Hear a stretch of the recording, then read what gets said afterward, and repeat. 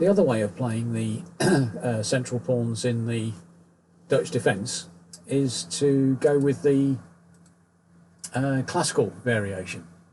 Normally, we start off with the same sort of moves as a stone wall, but on move 4, rather than d5, we'll go for bishop e7, castles, c4, and now d6. This is the classical Dutch. And it's not too late, actually, for black to head for a stone wall in this position with d5, but then you can swap bishops. You play b3, bishop a3, and this position is already better for white.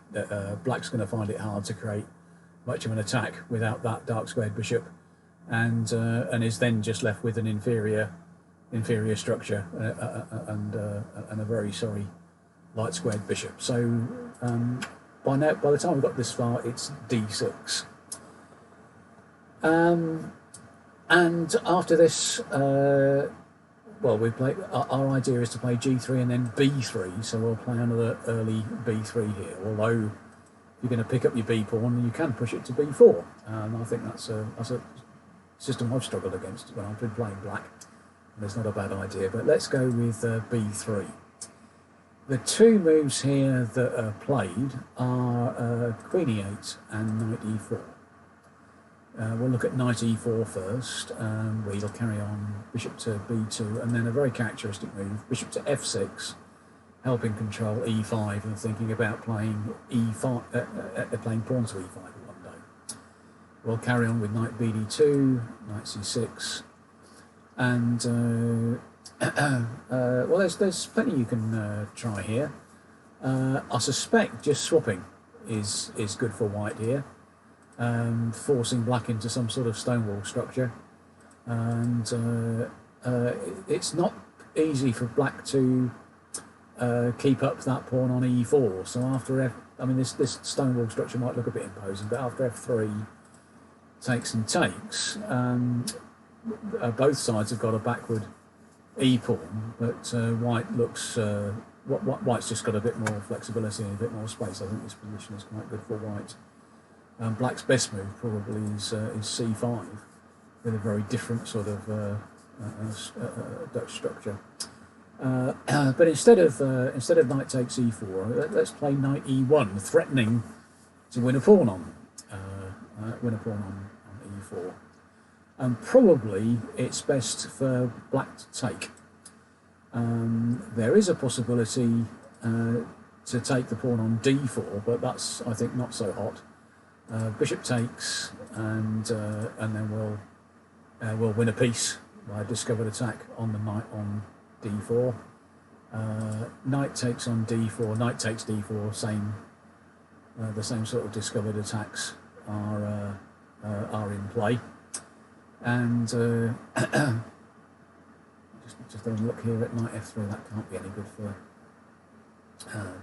for black.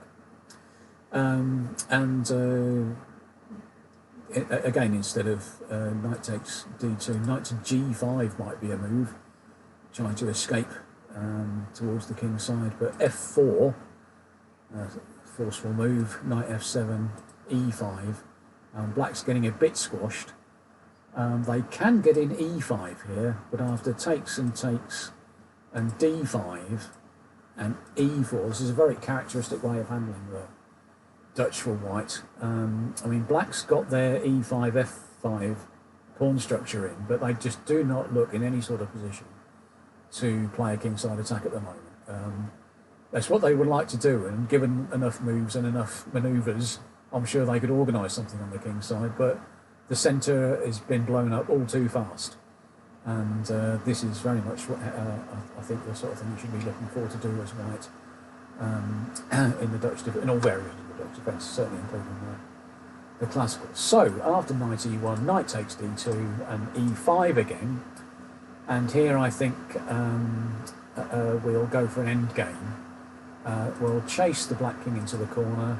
We'll swap off the black knight, and now go for an end game. Black's pawns are really rather sorry in this position, but after knight to d3, White's got all the chances in this endgame, and I think you should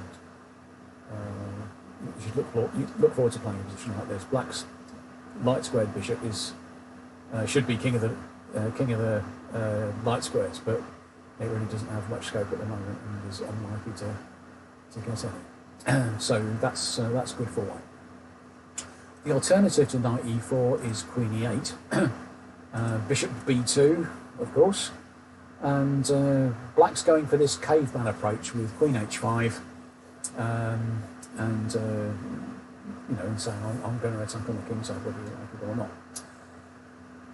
I think, knight bd2 is the consistent move. I mean, actually, knight c3 and queen c2 is fine. You're now ready for e4 when black's going to be worse. So that's another way of playing it. But let's try knight bd2. That's the consistent approach. And after knight bd2, knight to c6, rook e1, getting ready for e4, bishop d7, e4, ready or not, here we come. And now f4, and now e5. Again, we're sort of trying to blow up the centre before black's entirely ready to attack. Knight e4, knight g4, and perhaps black's got some ideas of swapping off both the defending knights and mating us on h2, but it's not really happening, I don't think. h3, knight has to go away to h6, and now g4, daring black to take. I mean, the reality is they just don't have that many pieces in positions to attack the king side. After e5, this bishop, which is might be a useful attacking piece, is just shut out of the game, and the rook.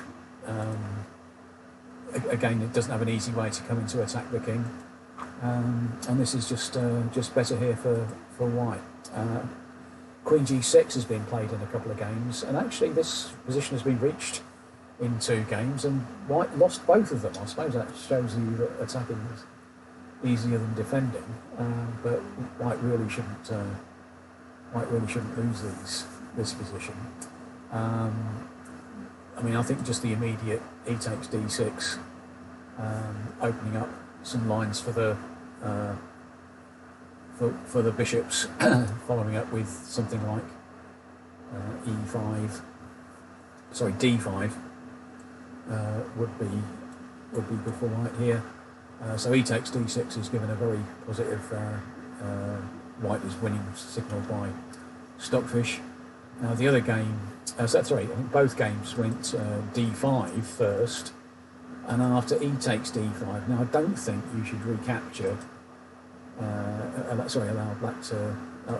Don't recapture on d5 immediately, because I think this is starting to allow black to get sorted out. But instead, after e takes d5, again take on d6 instead, opening up those lines for the white pieces. And again, this is really rather cheerful for white. There's lots of central control of the central squares that white has and black doesn't have, and black's pieces are not well placed for an attack. I don't think any of the attacks on g4 work at all. White's got lots of pieces that can both attack the centre and defend the king side. So I think this is better for white. After he takes d5, c takes d5, which I just said don't play, but knight takes e5. The game that I know here was played knight takes e5, and I don't think that's proper to play. Let's take on e5 with the bishop, so that when we take with the knight, we gain a tempo on the queen, and actually we're attacking queen and bishop.